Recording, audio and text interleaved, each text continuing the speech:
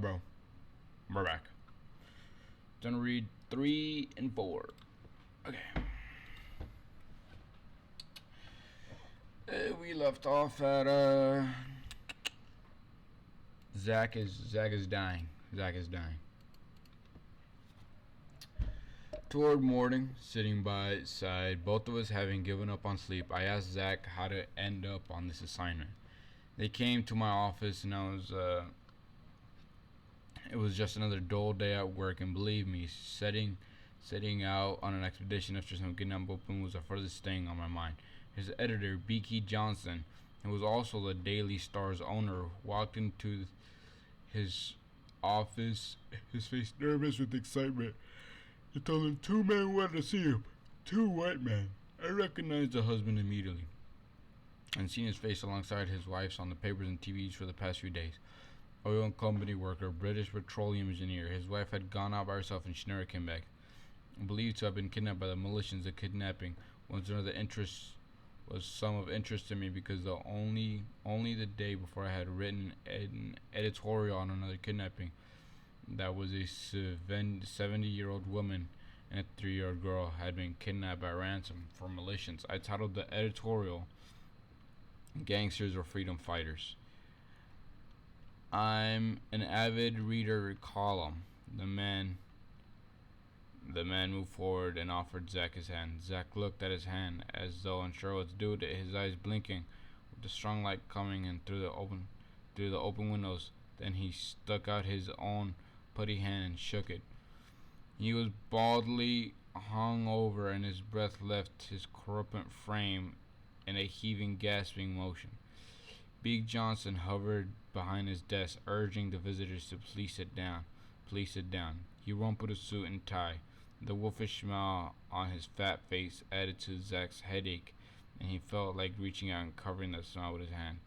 The other visitor remained standing, looking out through the open window, as if to avoid a bad smell in the narrow room. Zach took in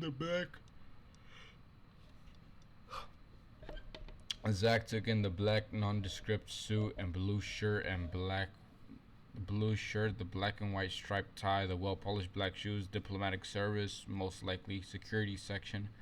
He must have been the handler there to make sure the husband didn't betray the famous stiff upper lip tradition. You want to see me?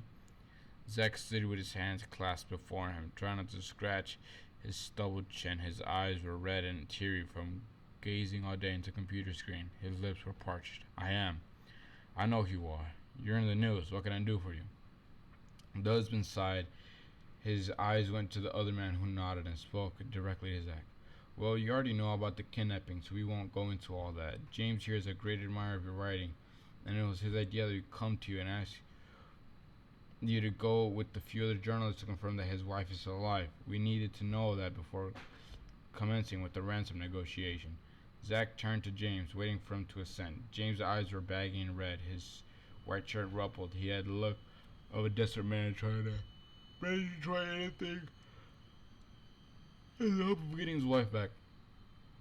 What good will it do? There's nothing I can bring back that the other reporters can't. I know, but I can't understand more than the others what's at stake here. Please listen. I feel I can trust you, though we've never met before. I went to Leeds University, same as you.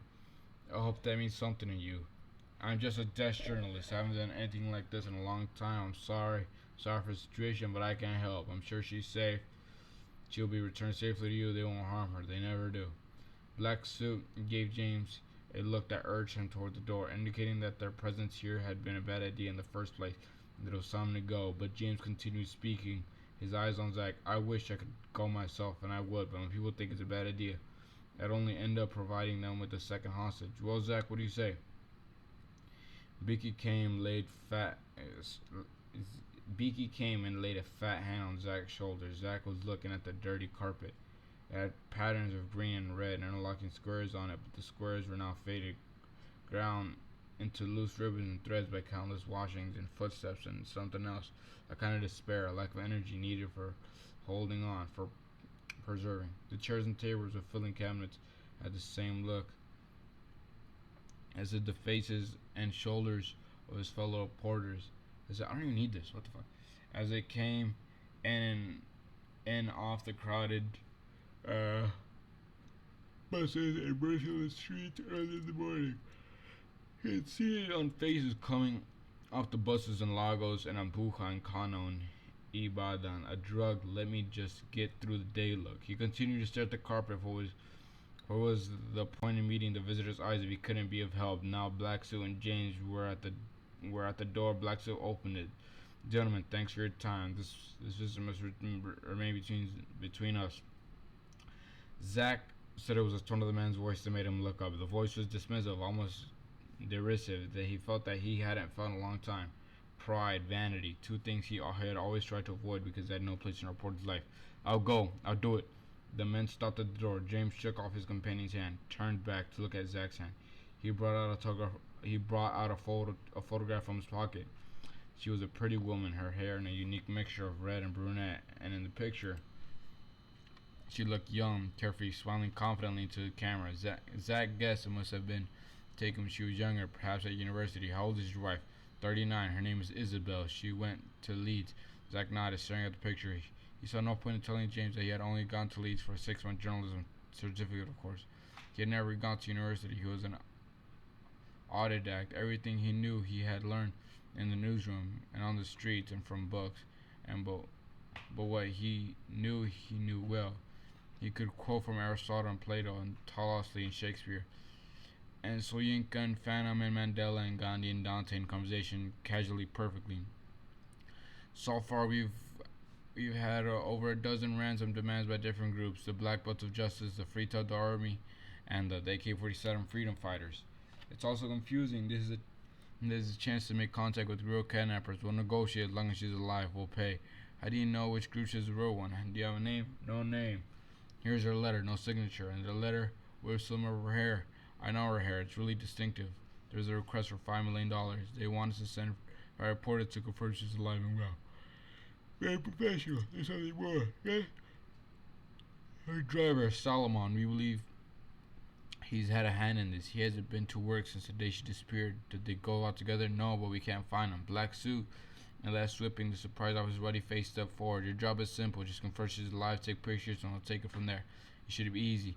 You leave in 2 days early by sundown, and by sundown you're back. Of course, we're willing to remunerate you quite decently for your trouble. And remember, make them understand that nothing must happen to her. She's a British citizen. Zach interrupted him, not raising his gaze from the picture. So does that make her more important than if she were Nepalese or Guyanese or Greek? The man made to open his mouth, but the husband spoke first. Simon, old chap, let me handle this. After the man left, Beaky went over to Zach and shook his hand, patting him on the back of his arm. This is it, Zach, our big opportunity. Don't forget to take our subscription for when you meet them. Come on, Beak, the man's wife has been kidnapped. But still, an opportunity is an opportunity. How often does an oil company come knocking at your door asking for a favor?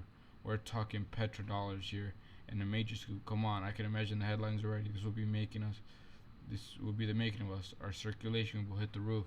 But first, I have to survive this little trips to the kidnappers den, whenever it may be. Well, yes, everything will go well, God willing. They don't harm reporters. What about these two reporters shot on the back on similar assignment just weeks ago? You have a short memory, or would you like to go in my place? You can handle it, Zach. You've been in worse spots. I'm already regretting this decision. Beak led Zach back to his tiny windowless office and stood at the door waiting as Zach cheered his table and picked up his jacket. You're not going home, are you? The day's still young. Who's gonna write the editorial, the Metro column, the book review? Zach brushed past him. Why don't you write them yourself just for a change? And that, he said, was how he was recruited. Early next morning, before we left Chief Ibram's house, I took the old man to one side and asked him if we needed to pay his brother for our board. The money would come out of our expense account anyways, and the chief had been a perfect host. He hesitated and then shook his round, hairless head. No pay. Not my brother, Chief Ibram. Last night, when we urged him to ask his brother if he heard anything of the missing woman, or if he knew where we could make contact with the militias, he had shaken his head and said no, without the usual diffidence of his voice. I guess he didn't want to get his family involved in our request. And if what happened to Kabiri was an indication of what happened to informers, then I respect his decision. Communities like this had borne the brunt of the oil wars caught between the militias and the military. The only way they could avoid being crushed out of existence was to pretend to be deaf and dumb and blind. We got Zack into the boat with the help of the chief, and we drifted almost aimlessly on the opaque, misty water. The water took on different forms as we glided on it. Sometimes it was a snake, twisting and fast and slippery and poisonous. Sometimes it was an old jute rope, frayed and wobbly and breaking into jagged, feathery ends. The fresh water abruptly replaced by a thick, marshy tract of mangroves standing over still, brackish water that lapped at the adventitious roots. Then we'd have to push the boat, or carry its dead weight on our shoulders, till we found the rope again. Sometimes it was an arrow's straight and unerring thickness to the tip. For miles and miles, the foul smell of the swamps reduced by the musky, energizing river smell. And at such times we'd become aware of the clear sky above it as for the first time, but the swamps and the mist always returned. The strange objects would float past us, a piece of cloth, a rolling log, a dead fowl, a bloated dog belly up, with black birds perching on it, their expressionless eyes blinking rapidly, their sharp beaks savagely cutting into the soft, delicate, decaying flesh. Once we saw a human arm severed at the elbow, bobbing away from us, his fingers opening and closing, beckoning. In my dreams, I still see that lone arm, floating away, sometimes with its middle finger extended derisively before disappearing into the darkness. About an hour before we were set out, our engine splurted and spewed out a thin clump of black smoke, and it went quiet. The old man and his son fiddled with the engine and attempted to restart it, but finally they gave up and we took turns rowing with oars. We rested by the riverbank whenever we could. By the time we got to the next village, the sun was going down, and we left the boat on the deserted beach and went off to look for shelter for the night. It turned out this wasn't a village at all. It looked like a setting for a sci-fi movie. The meager landscape was covered in pipelines flying in all directions, sprouting from the evil-smelling oil on earth. The pipes crisscrossed and interconnected endlessly all over the Erie field. We walked inland, ducking under or hopping over the giant pipes, our shoes, trousers turning black with oil. The old man took me to the edge of the field and pointed into the distance. Zack joined us. Oil rigs. So why haven't the militias bound the pipelines here? Because oil companies pay them not to do so. Or perhaps the oil companies paid soldiers to keep the militias away. Or that, yes. We spent the night by the water, fighting off insects and able to fall asleep till early morning when the bright sun chased away the insects. When I opened my eyes, the old man was talking to Zack. They were standing near the water's edge. The boy was seated in the wet sand, idly picking up pebbles and throwing them at the boat, listening to the dull wooden sound as they hit it, pausing once and then out to glance back at his father. I stood up and stretched. The old man shouted something at the boy, apparently telling him not to throw stones at the boat, for he ceased immediately, lowering his head. But a moment later, like a sleepwalker, he picked up another pebble and weakly threw it, but this time into the water, where it had landed with a tiny plop.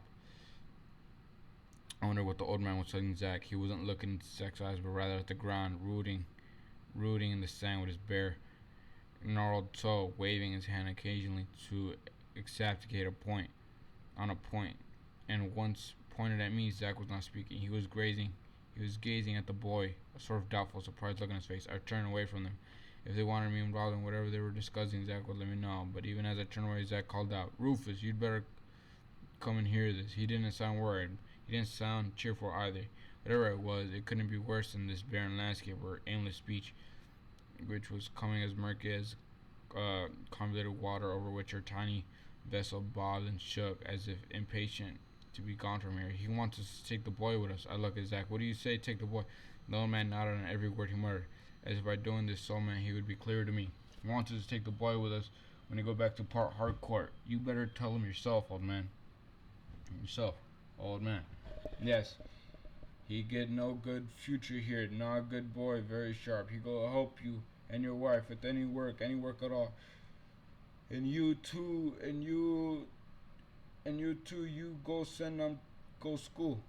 But neither of us is married. We can't take him to Port Harcourt just like that. You see, when he go do here nothing, no fish or river, nothing. I feel say soon and go join militias, and I don't want that. Not good boy, I swear. He go like intelligent. I'm fit learn trade or driver, anything. Not intelligent boy, I'm fit read and write already, even though him school done closed down. But I still remember how to read and write. Come here. The boy stood up and ran with, looking at his father expectantly. He knew what was being discussed. His father must have primed him for this, and it was his turn to join the pitch. Write your name. The boy fell to his knees and quickly cleared away the twigs and grass from the board scores on her feet. Then he wrote out the letters of his name, Michael. Looking at the proud smile on his face, he glanced at his father, expecting the word of approval, and done his part, realizing that all this while I hadn't even known the boy's name or father's. They were just an old man and his son, guiding us through these waters that they depended upon for livelihood. Daily throwing in a line and hoping, always hoping that something would bite. I felt the shame and look on Zach's face mirrored mine. He patted the boy on the head. Hello, Michael. My name is Zach, and I'm Rufus. I shook the old man's hand. There was a smile on his face, similar to a boy that he had finished writing. My name not Tamuno, but people call me Papa Michael. Zach took me to one side. What do we do? We say no, of course, unless you want to take him with you. But where? How? I live in a single room. At the end of the month, I'm hardly able to pay rent. Of course, he could stay with Beaky, my editor. But the man is a mean bastard and will only treat him as a servant. Don't you have family? I have a sister, but can't she take him? Well, it's complicated. No, she can't. Well, then, clearly we can't take the boy. I looked over at the father and son. They were staring intently at us, but both immediately dropped their faces and turned to them. The father held the boy's hand in his, patting him gently on the shoulder with the other hand. You heard your request, and you're right. The boy is a clever boy with a bright future. However, we'll discuss this more and let you know what we decide before this is all over. The disappointment on the man's face was unsightly. Zach put a hand on his shoulder. I'm not saying no, you understand? What Zach is saying is that it's so sudden. The boy began to cry. Zach looked from the boy to me to the old man. Look, okay, we'll take him. I'll take him. I'll find a way. But, are you sure? No, I'm not, but I'll take him. I'll find a place for him somehow. And he could be an office boy at the Star. Now you stop crying. Let's go. The father's urging the boy, ran to Zach and wrapped his arms around the veteran journalist's thick midsection. Thank you, sir. Zach, embarrassed, pushed him away gently. Often dig back to our first night at Chief Eben's front room. It was so early to sleep, and the chief and his brother had withdrawn to one side, speaking softly, listening to the radio, and Chief hesitated a long time. And Zach asked him, "Are you happy here?" But finally he lowered the radio volume. He cleared his voice. He whispered briefly into his brother, and then he turned to us. Once upon a time they lived in paradise. It was a small village close to Yellow Island. They lacked for nothing. Fishing and hunting and farming, watching their children growing up before them happy. The village was close-knit, made up of cousins and uncles and aunts and brothers and sisters. And though they were happily insulated from the rest of the world by their creeks, rivers, and forests, they were not totally unaware of the changes going all around them. The glass flares that lit up neighboring villages all day and all night, the cars and TVs and video games, and the front rooms of the neighbors who had allowed the flares to be set up.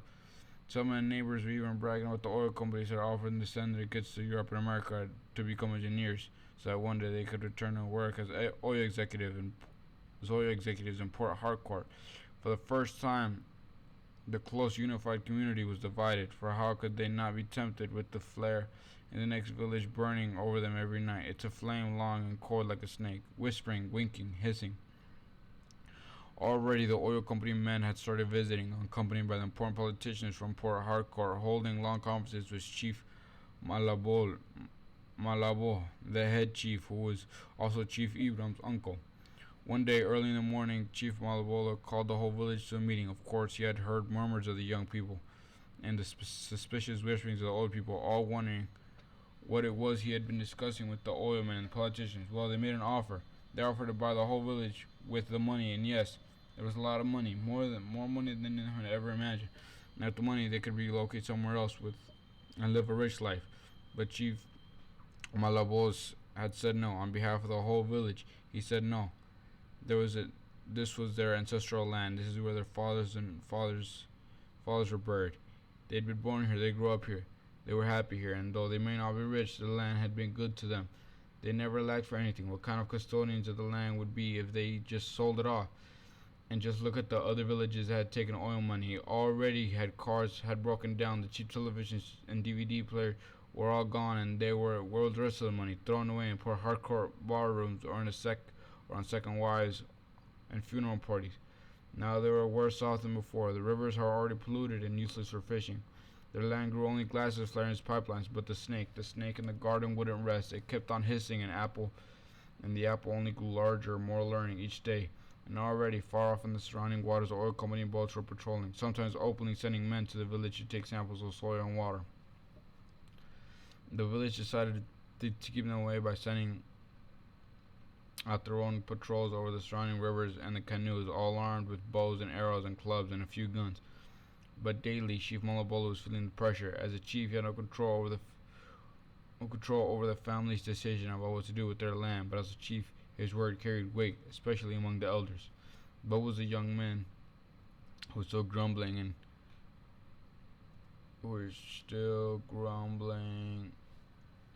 and looking enviously across the water at the other villages. The canoe patrol was something of a desperate measure, and this soon became very clear. It turned out to be the excuse of the oil companies and the politicians who worked for them needed to make their on the next move. One day, the patrol came upon two oil workers pulling soil samples into a speedboat.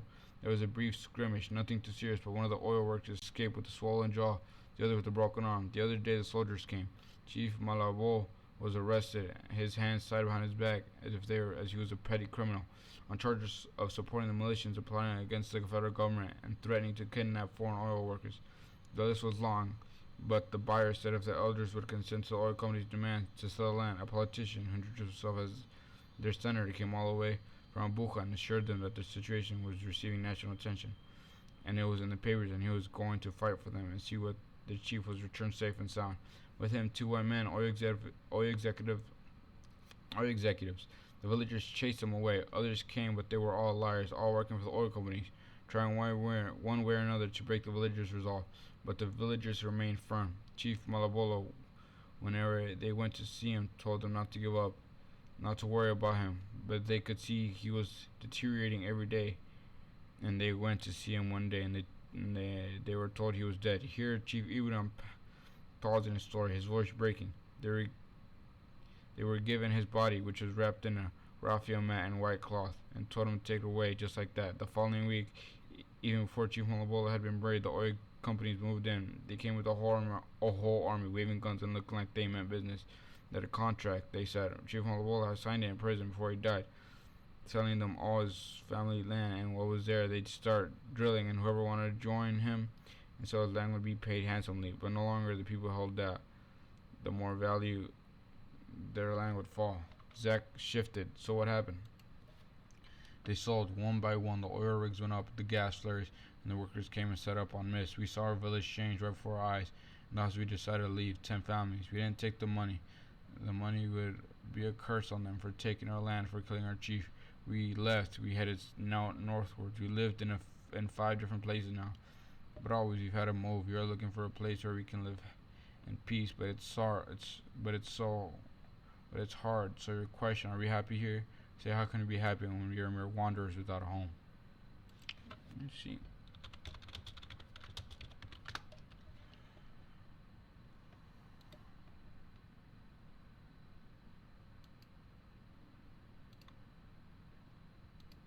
Oh, Africa.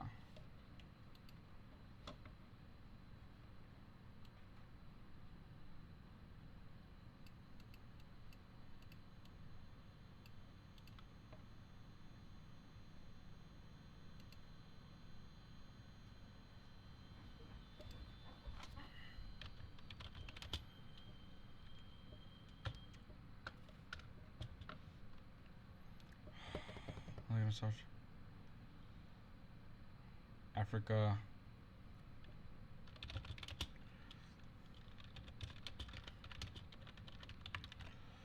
Pollution.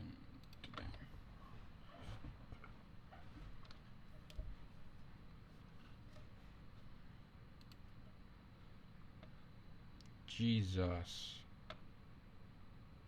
Holy crap.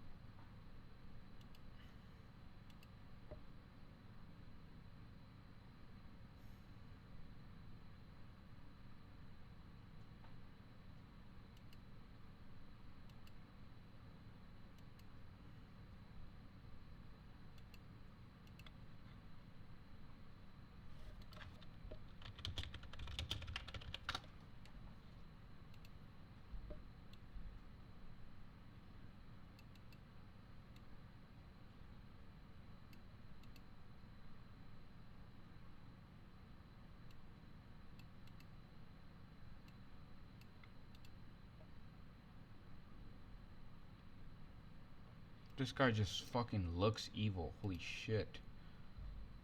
Look at those deep sunken eyes. This guy's evil. This guy's going to hell. Look at him. This motherfucker's going to hell. Like he's they're gonna torture him down there. Holy crap.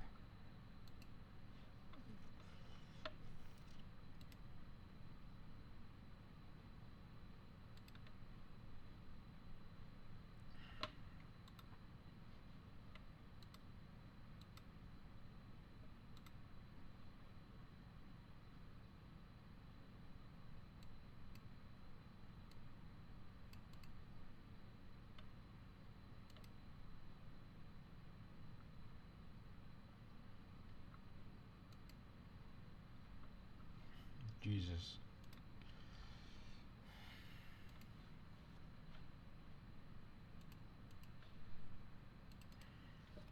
The old man Tamuno saw the helicopter first. I couldn't see anything from where I was stood, but I could hear the roar. The fog rose off the water and the mangroves. These,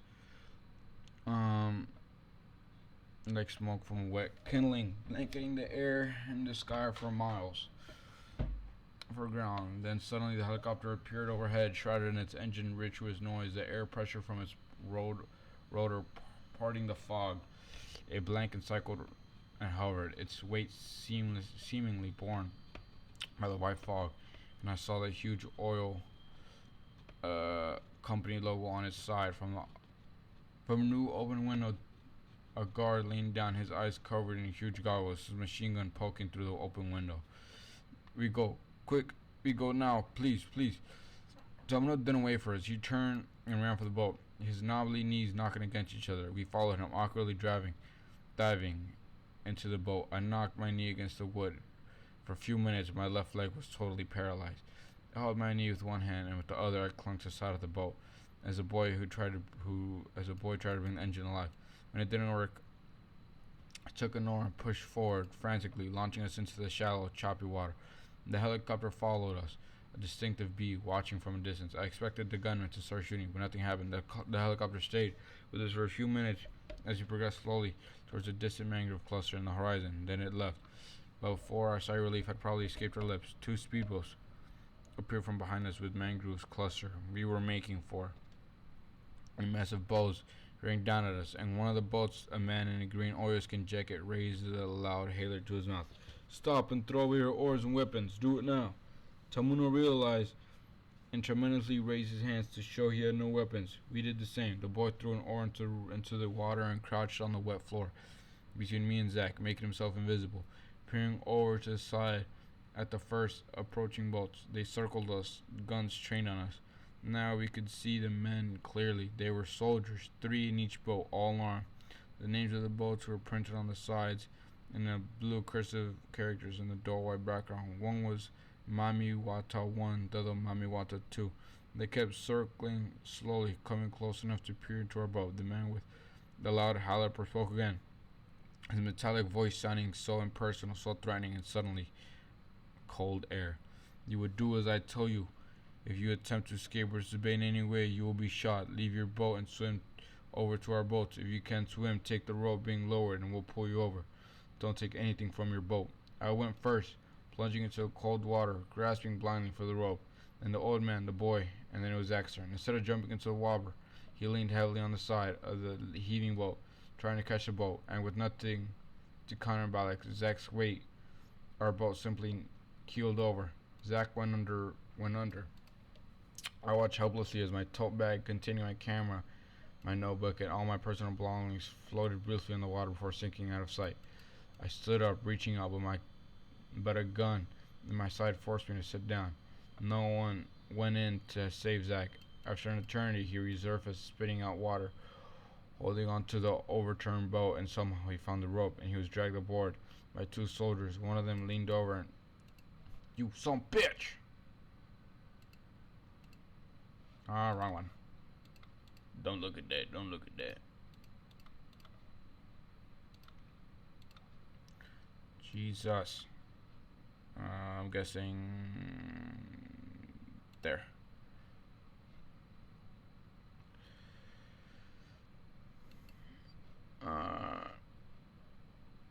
Yeah, after reporting to your service, being dragged out by two soldiers, one of them leaned over the old man's face as he washed his boat seat beneath the seal bubbles. And though he opened his mouth to speak, raising his hand like a pointed clutch, nothing came out in his mouth.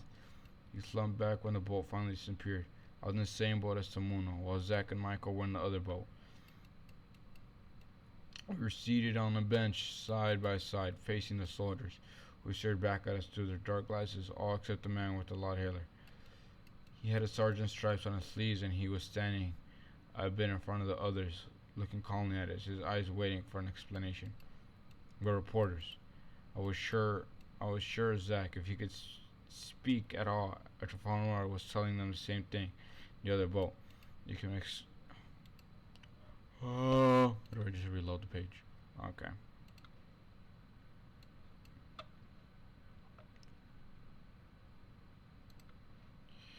You can explain yourself to the major. After about an hour, he saw stunted palm trees on the horizon. They seemed to be jetting out of the water, and behind them, the land appeared a few seconds later, a sudden and unexpected place, with water circling it like a moat. You didn't see it till you were practically on top of it. A thin rail of mangroves and palm trees on marshy ground led away from the water to a more solid ground and footpath inland. More soldiers appeared behind the trees and out of dugouts behind sandbags, gun raised, eyes fixed on us as our escorts bound our hands behind our backs before leading us off the boats. We were taken down a path that meandered between lending us off the boats. We were taken down a path that meandered between the trees, often disappearing beneath thick grass as we walked. I often had to lean against Zach to stop him from falling on the muddy ground. When I tried to explain to the sergeant that Zach was not feeling well, he raised his gun at me. Keep walking. At last we arrived at the camp. A few sheds and huts arranged in a square formation around a central clearing where 3 low and leafy trees grew. We sat under the trees and watched the sergeants make a call on his radio, not saying much, occasionally grunting a yes or no. Then finally, over. He put down his gun and waved impatiently to one of the men, who stepped forward and untied us. So, you are the journalist. You have been expecting you. Zack started to stand up, then sank back to the ground, falling flat on his face. I rushed forward to try to help him, but he slumped back again. What's wrong with him? He needs to see a doctor. The soldier looked at Zack, then me. Well, the major said to treat you well till he comes. You're lucky. You have a medic here. Just don't try to escape. If you do, you'll be shot. I looked at him, trying to determine if he was joking. Escape how? To where? But his red eyes showed no trace of merriment. You can't escape without our boat. He mentioned one of the soldiers. Take him to the doctor. No, just you two. The old man and the boy worked for us. They were guides. They'll be fine. Go. He was wearing military fatigues, so I asked him if he was also a soldier. He laughed. A soldier? No, just a doctor. A bloody civilian like you. His voice was thin and slow and precise. Dr. Dagogo Mark. Call me doctor. Everybody does.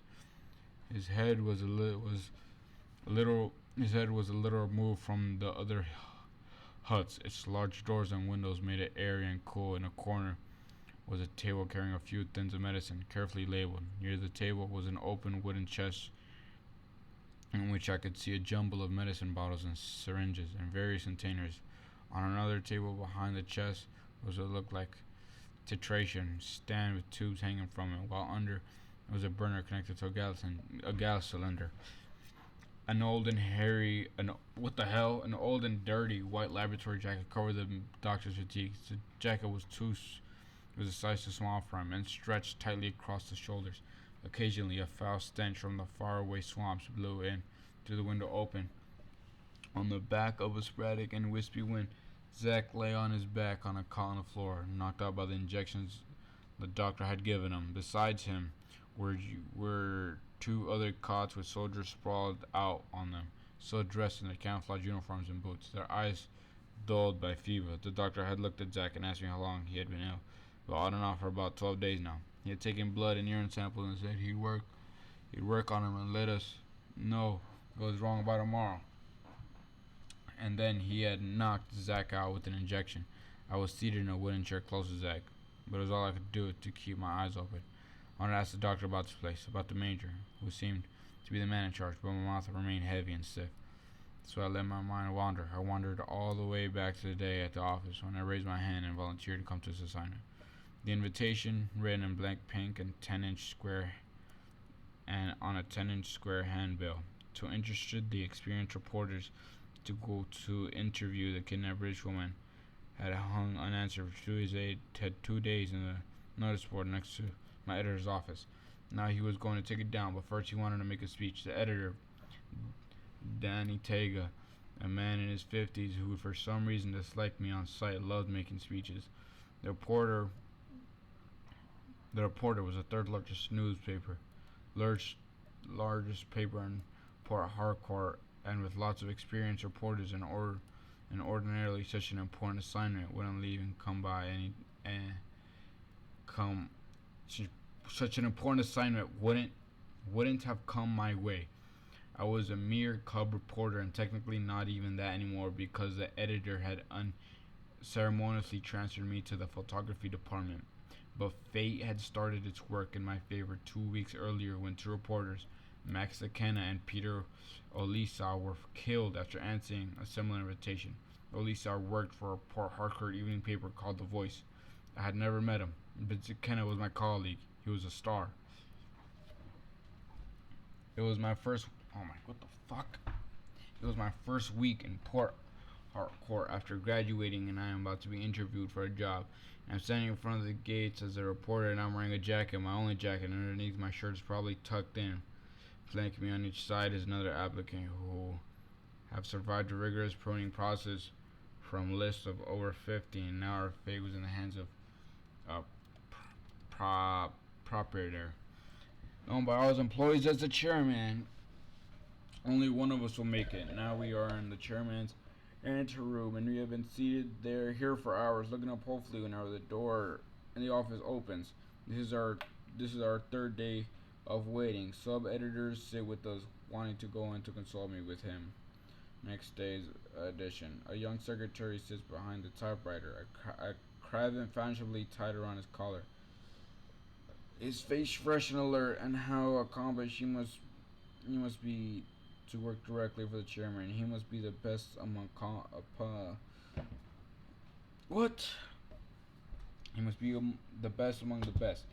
Max Akena sits to my right. He is a talkative boy about the age and loves to reel off his CV. He has been an apprentice on 3 papers, one of them the Lagos paper, and he is sure this one would be a shoe-in for him. He is tall and lanky. His eyes are alert and restless. He has a way of licking his lips and speaks. A born predator. What?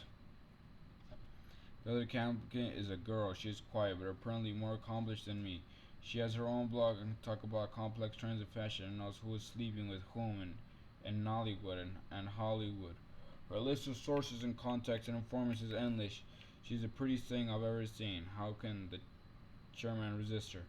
We all clutch our portfolios in our sweaty hands. Mine constrains a few pieces of data at journalism school and a single claim to my fame, my online article about the oil fire that consumed my little town, killing and maiming a quarter of the population, including my sister and my best friend's father. My heart is beating fast, and for some reason I'm sure I will never get the job, but I'm willing to stick it out with the others, to wait them out. We have been coming to office for 3 days without seeing him, and it seems he is testing us to see who's willing to go for his patience. After all, is a foremost virtue in journalism. Zach told me that at Bar Beach in Lagos. And then he steps out of his office with an entourage of 3 behind him, and he looks at us, and he turns to the secretary with the blue and white caravan and says, "Who are they? What are they doing here in my anteroom?" Are you serious, bro? Oh my god. I need to stop clicking shit, bro. This is the first time I've seen him in the flesh. The chairman tells us, go and write an essay each on today's top headlines, and what exactly should we write?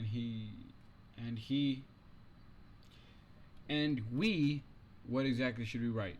It doesn't matter. Just remember this. Keep to the point. Stay close to home. The farther from home you wander, the closer you go to Siberia. Always remember that. The girl is the first to drop out. She says she has an offer elsewhere, a fashion magazine, and she really can't waste her days sitting in with some room trying to figure out silly riddles about Siberia. Before she goes, she calls me outside and says, "You're wasting your time. The boy is from the same village as the editor. He will get the job." It's all arranged. I thank her and return her to the room. Where it's a Kenna, I continue to sit, not next to each other as before, united but facing across from each other. Adversary, and when I tried to get his cocky, knowing smile, I stood up to go to the toilet and called the number Zach gave me at Barbara Beach, and he answers, "I need your help, Mr. Zach." In the end, both Max and I are hired, but from the beginning it is clear that I am not the same league as Max DeKenna. He is a natural, and before the end of our probation period, he has a front page story. The editor walks him around the newsroom from table to table, the cover in his hand, praising him. And at my corner, he stops and says, "Young man, you accompany Max here on local assignment, but as a photographer, your CV. If it's all true, it says you've done some photography. Well, work with him, and you might learn a few things." I didn't hate Max McKenna. He turned to be my only friend in the newsroom. At lunch, we always sat together and talked about girls and soccer movies. I've hated him if he I'd have hated him if he were just editor Kinsman. But he's also talented. God damn. But he's also talented. He had it, and he had it. That instinct only a real journalist has. The ability to almost effortlessly predict what story is going to grow and to follow it relentlessly to its logical conclusion. Maybe that was why he died early. He had gone with 6 other reporters deep into the forest to interview 5 foreign hostages taken from their offices in broad daylight by masked gunmen. The kidnappers, eager for publicity, would usually invite a select team of reporters to their hideout to confirm that their hostages were alive and unarmed. After which, they would make long speeches about the environment and the reasons for taking up arms against oil companies and the government. And finally, they'd send a ransom demand through one of the reporters. After a week or so, depending on how quickly negotiations went, the oil companies paid up. The hostages were set free unharmed, each with his bag full of anecdotes. But this time, things didn't work out quite so smoothly. One of the hostages, a desperate Filipino contractor, perhaps doubtful for ever regaining freedom, had suddenly bolted and attempted to get away on one of the speedboats, waiting to take the reporters back to Port Harcourt. But he didn't get far. The militians, in black overalls, their faces covered by masks made of green leaves, fired wildly, and afterward 3 men lay dead on the pebbly beach. One was the Filipino, the other 2 were reporters, Max DeKenna and Peter Olisa. And so, understandably, this time the invitation to interview a hostage hung unanswered in front of the editor's office. The editor took down the notice, shaking his head regretfully. "I don't blame you guys for holding back, but I hate to see other papers outscoop us. The event is tomorrow, and already 3 reporters have signed up from the Globe, The Voice, and Daily Star." He laughed. His voice grew decisive. "Guess who was from the Star? Guess who from the Star? Zach." I was standing with the other reporters in the little passage between the editor's office and the newsroom, listening, avoiding editor's eyes. But when I heard Zach's name, I stepped forward. "I'll go." The editor opened his mouth to laugh, but when he saw I was serious, the laugh turned into a sneer. Well, the little photographer wants to be a real reporter, eh? Well, come to my office and tell me what you have in mind." The editor sat facing me, his pouch almost resting on his desktop, his expression switching between contempt and a frown. On his set laughed the news editor. On his right, deputy editor. "Well, talk." I stammered, I hesitated, I mumbled. I told him I'd write it not as a kidnapping story. I'd write it not as a kidnapping story only, but I tried to find out what kind of woman the hostage was. If she had been children, if she was regretted coming to Nigeria, if she had any messages from her husband, things like that. The 3 men waited to hear more, but I fell silent. "Is that all?" I could see the editor was reaching hard not to snigger. "Well, sir, there is also the effect of the international price of oil. Aren't you afraid of the danger? You could get killed." I see. I see it as a great opportunity to show what I can do, sir." I told him that, though I wasn't sure what to look out for, I was confident that with Zach there, everything would work out fine. He'd been my guide, my teacher. Once he was drunk and homeless, I had looked after him. Now it was his turn to look after me. Fate, it seemed, had brought us together. I read 1 and 2. Was that 3 and 4? Yeah, it was. Jesus, how long have I been doing this for? 47. 47 isn't bad. I mean, I could go for one more chapter. How long is F5? It's only. I'll do five. Cause this next one is Jesus. This one's long, little, long, short, long, short, long, long.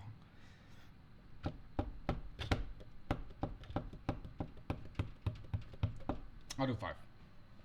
The major sat on a field stool, the type made by unfolding the top of a swagger stick, his rifle on the muddy ground by his foot, talking in the radio. 7 men knelt facing him under the trees in the central clearing, their hands tied behind them, all wearing the same abject expression on their faces. They looked dirty, their skin was flaky, reptilian, chalk white, as they had been dragged through an acreage of ash. Behind the 7, but not very far away from them, were Tamuno and Michael, squatting on their haunches, looking perplexed and anxious. The major stood up and pointed at the kneeling man with his swagger stick, shaking his head to show disappointment in him. He hadn't looked in my direction yet. The boy started crying and held his father tightly when the major went over to them and stared down at them for a long time without saying a word. Then he came over to me. So you are the journalist. Where's the other one? He turned to his men when he asked a question, not waiting for my answer. 2 of them stood behind me, their guns vaguely pointed at me. A soldier had found me in the doctor's shed in a chair next to Zach's narrow coat, my eyes closed, my ears waiting for the slightest sound of Zach. He had kicked me in the shin to wake me up, and even in the gloom of the shed I could see his glare. You, come, both of you, now. The major wants to see you. Now, oh yeah. I stood up and almost fell down again. I wasn't aware of how tired, disoriented I was. I swayed like a height-drunk alpinist. The fuck is that? Alpinist?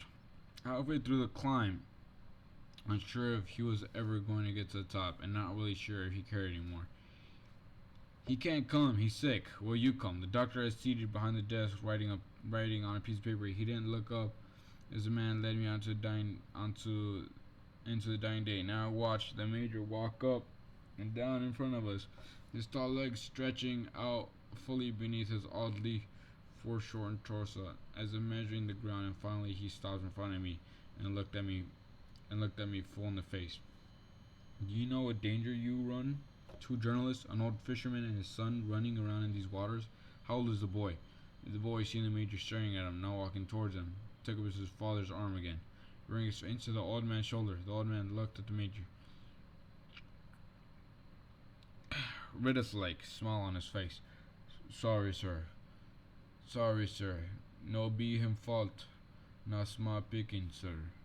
The old man bowed his head and had finished speaking, ready to take on himself whatever blow was meant for his son. For a moment, the soldier looked as if he would reach out and drag the boy out of his father's arms and force him to answer the question, but he turned away from the 2 and faced his men. Put them with the others. The soldier grabbed the old man and his son and led him to 7 kneeling men. Notice how puffy and sleep-deprived the eyes of the 7 men looked. I stepped forward to protest to the major, but a hand on my wrist pulled me back. I shook off the hand, thinking it was a soldier's, but it wasn't. It was a doctor's. Wait, this is not a good time to talk to him. The doctor looked tired. He watched as the major berated the men in a loud but surprisingly passionless voice. You call yourself freedom fighters? To me are just crooks, and I will keep hunting you down and shooting you like mad dogs. This country is tired of people like you, Sergeant. Bring the watering can. The sergeant was standing with 5 other soldiers under a tree, close to the kneeling men. At the major's order, he picked up rusty iron watering can from the ground and took it to the major. I sensed a hushed assent from the men. The soldiers seemed to have forgotten to raise their guns and point them threateningly at the kneeling men. The doctor shifted his foot, and I heard his sharp intake of a breath. The major raised the can and started to pour water on the head of the man on the outer right. Then the unmistakable acrid smell reached me. Is he pouring petrol on him? The doctor noted. I pulled away from him, and in a few steps I was standing beside the major.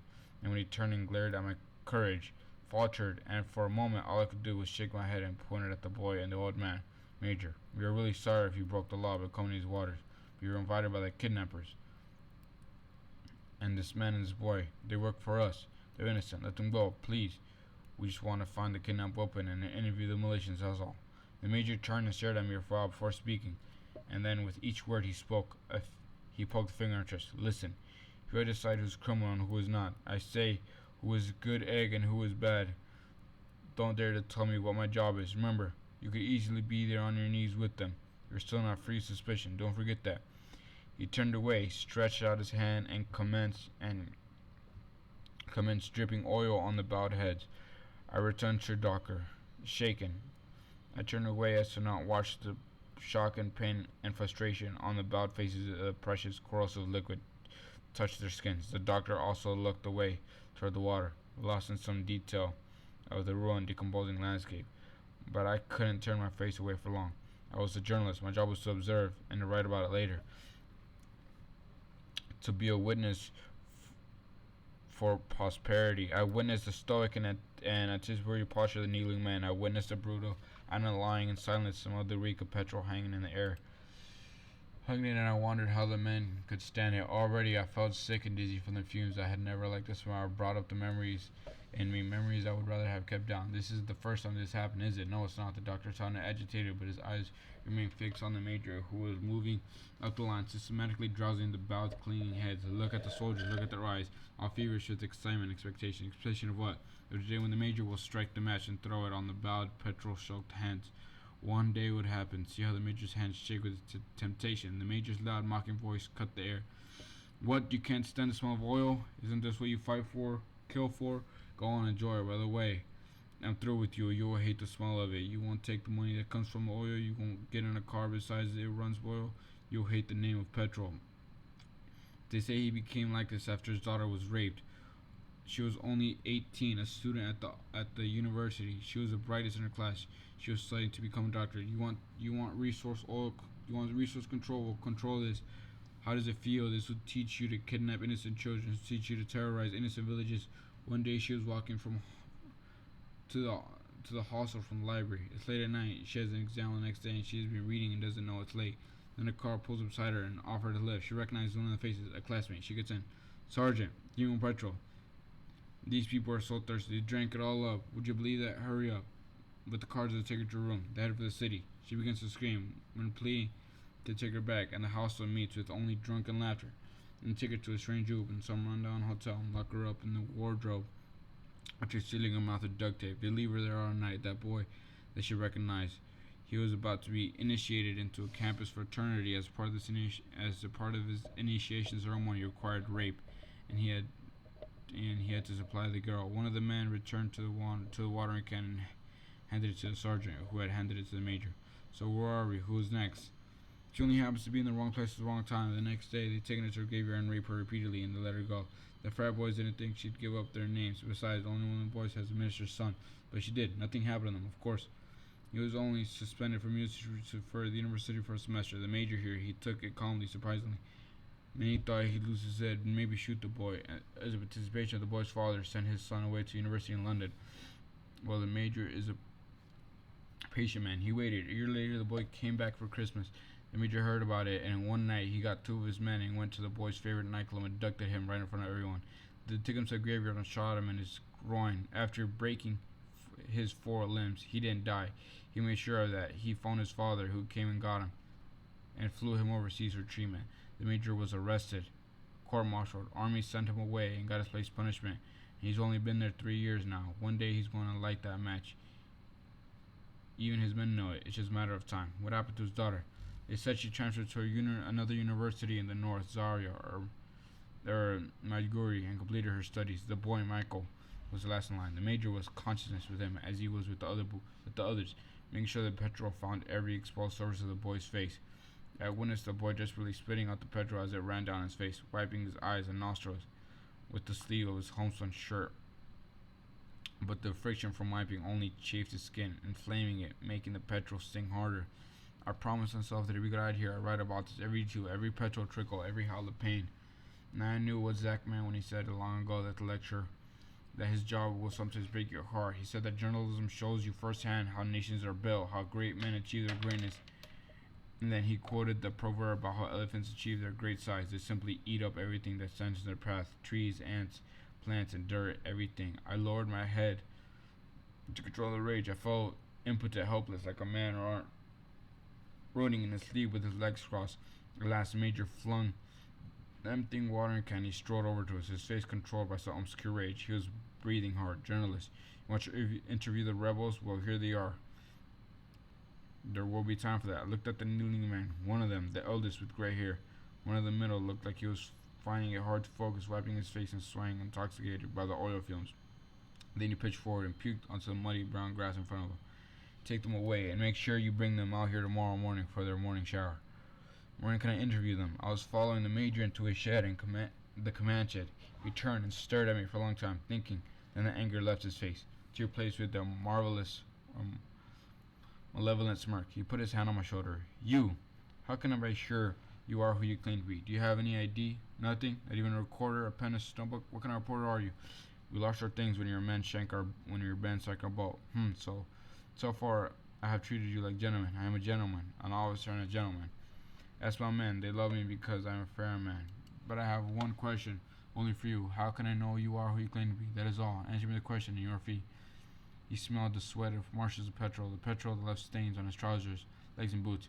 We're looking for the Englishwoman, for the story. That is all. I'm looking for the woman too. Everyone is looking for her. You think you can find her if we cannot? Still, I don't trust you. I can't trust you. You see my dilemma? You have till tomorrow to think of something. Talk to the other guy. Tomorrow, I want proof, answers. Otherwise, I have to lock you up with the rebels and treat you the same way. What of the old man and his child? They're innocent. Nothing would do good with all these. Go. I have work to do. I must insist, Major. Insist? Did you say insist? Do you know what's going on here? There's a war going on. People are being shot. In Port Harcourt, oil companies are being bombed. Police stations are being overrun. The world oil prices shooting through the roof. You insist, I can shoot you right now and throw you into the swamp. That is it. And that's it. Now get out. Damn! Oh, it's only one before this big ass paragraph. I'll read this too. Oh, where is this? We're barely at an hour. Okay, we're barely at an hour. We can do this. What can we do to help out the old man and his son, Zach? Nothing, my young friend. I wish it were that easy to intervene and change the course of things. It isn't. We'll observe, and then we'll write about it when we can. We lay side by side. The doctor had given me one of the cots vacated by a sick soldier who had been moved to one of the huts for the night. Zach and I were alone in the infirmary. Half of the structure was open to the elements, and not too far in the swamps we could hear the bullfrogs bellowing, and we could see a glow of glass flares like distant malfunctioning stars.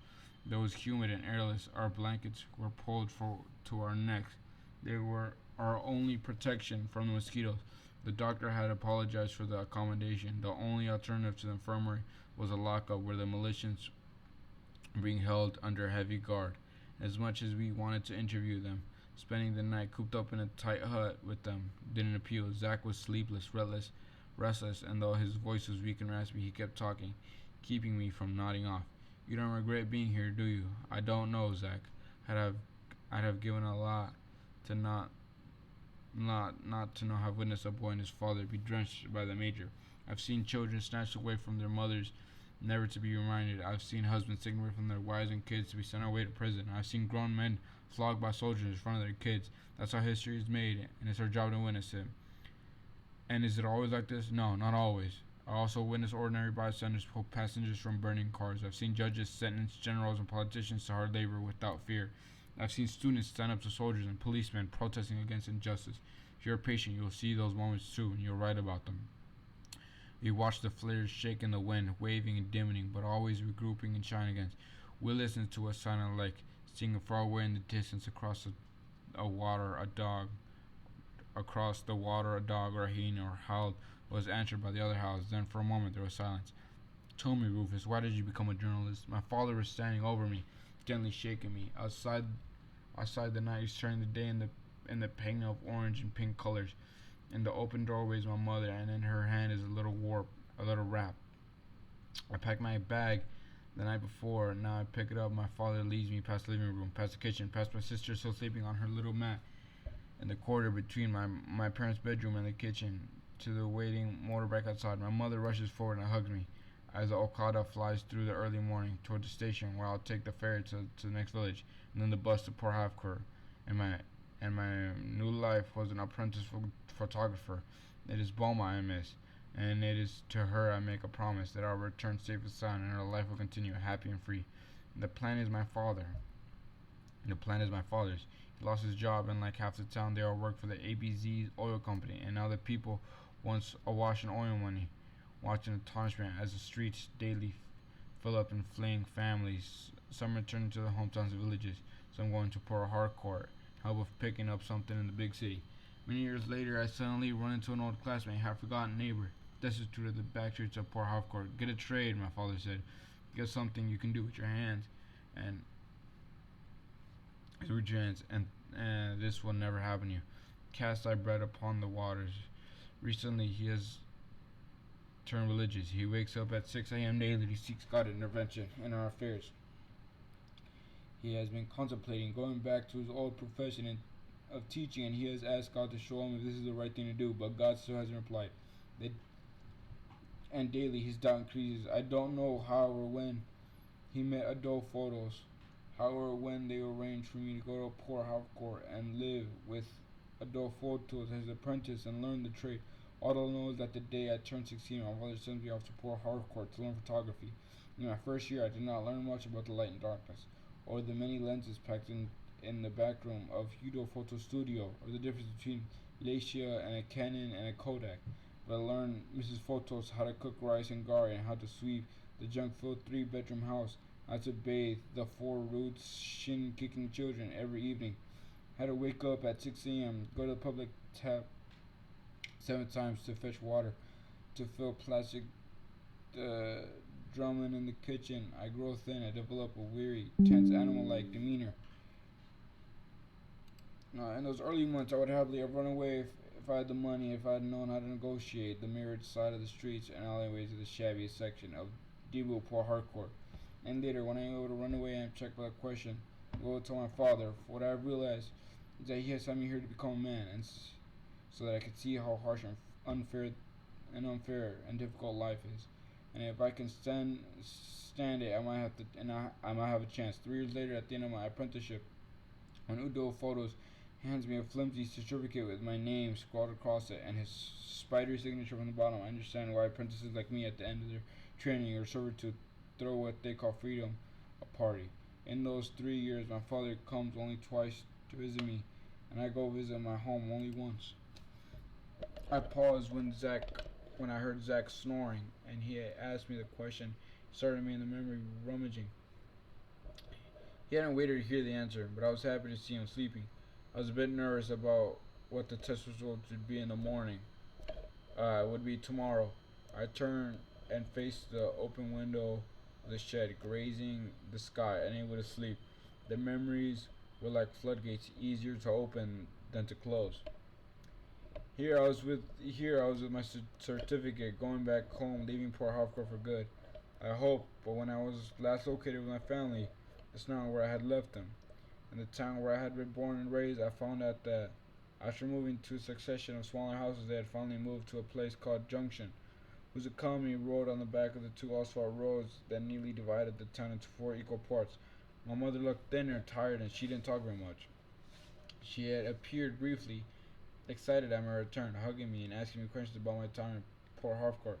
Then, as if that display of emotion had drained her into little reserve energy, she retreated into the kitchen, not to cook, but to stare into the flames in the hearth. My father, on the other hand, was full of energy, almost fidgeting with it, unable to sit still. Come, took me to a large barn at the back of the house. Even before he opened the door, I could smell the petrol. When he turned on the light, I saw more than 10 drums, most of them empty. He sat on 2 wooden stools and clear space between the 2 drums. And your certificate, what are your plans? He hadn't touched the certificate. He had only glanced at it and nodded distinctly. I don't know. I'll look around and maybe open his Photoshop. No, not this town. There's nothing here. He pointed at the empty oil drums. This is the only business booming in town. I buy from little children. I buy cheap and I sell cheap to the cars that come here at night. Emmanuel, John's father, is my partner. You remember your friend John? Well, Emmanuel has proved himself to be a true friend. He's the only one of my former colleagues who I can still call a friend. He came up with this plan. We started the whole thing with his savings. It's not a bad business, really. We get by. We give the police a little something to look the other way, but sooner or later they'll get greedy. They'll arrest us or take our whole business for themselves. I don't want you to be here when that happens. Nothing for you here. Go back to Port Harcourt. You're smart.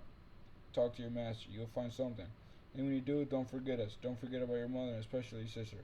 All I could ask after he finished speaking was, "Where do the children get the petrol you buy from them?" They come to me with their little gallons, and I don't ask where they get it. In 2 days, I spent home before joining Parker. I saw how much my father had changed. He had turned his back on religion and now smoked and drank Ogoro almost nonstop. He left home early in the morning in a pickup truck to go to a bush where he and his partner bought the petrol and the goods, and he returned home only after midnight, often drunk. The house stank of petrol and cigarettes. He said he smoked to kill the smell. I fell into journalism out of necessity, not because I had a proven talent like Mark Stekeno or a vision, or any ambition to be the next Zach. I just walked into a newspaper office in Port Harcourt and presented my photography certificate. I returned to Port Harcourt and did not take my father's advice. I did not go back to Udo Photos, the Creek Strait, Diobolo. Instead, I went to the offices of Whistling Magazine. It was a small monthly magazine whose photography editor had sometimes brought pictures of street scenes and the waterfront from my master to fill up empty pages, and I had been the one who took the pictures in a brown envelope to his office. Now he listened to me when I was through. He shook his head. "How old are you?" "I'm 18. I'll give you a job, but on a temporary basis." Here I thought of becoming a journalist, not just a photographer, but a real reporter. You could go to school in Lagos. I have a form here. Fill it out and post it. They give scholarships. Give it a try. Give it a try. For 6 months, as I waited to hear back from the EKJ School of Journalism, I did odd jobs at Whispers, cleaning the offices in the morning, washing the manager's editor's car once a week, running errands, and taking pictures of hawkers and fishermen on the market. Women for the pictures from the streets page. In return, I was paid 1,000 naira a month, and I was allowed to sleep in the office, and that's how I became a journalist. Zach snored on. I wanted to ask him how he became a journalist, what inspired him, if he enjoyed being one, and if there were moments where he felt like giving up. He had looked close to giving up when I met him that day on the waterfront, the day we set on our assignment. Jesus, how long did that take? 10 minutes. Not bad. I'm a third way through the. Oh, after this, I'm gonna be a third way through the book. There's 21 chapters. Oh, okay. Okay. There's 21 chapters, right? 20, 19, 18, 17, 16. This is just like a page.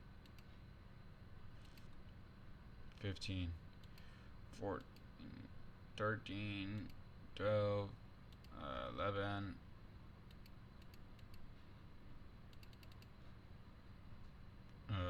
10. 9 is gonna be a big one. 9, 1, 2, 3, 4. Well, 3. 8's also gonna be a good one, or a long one, I'd say.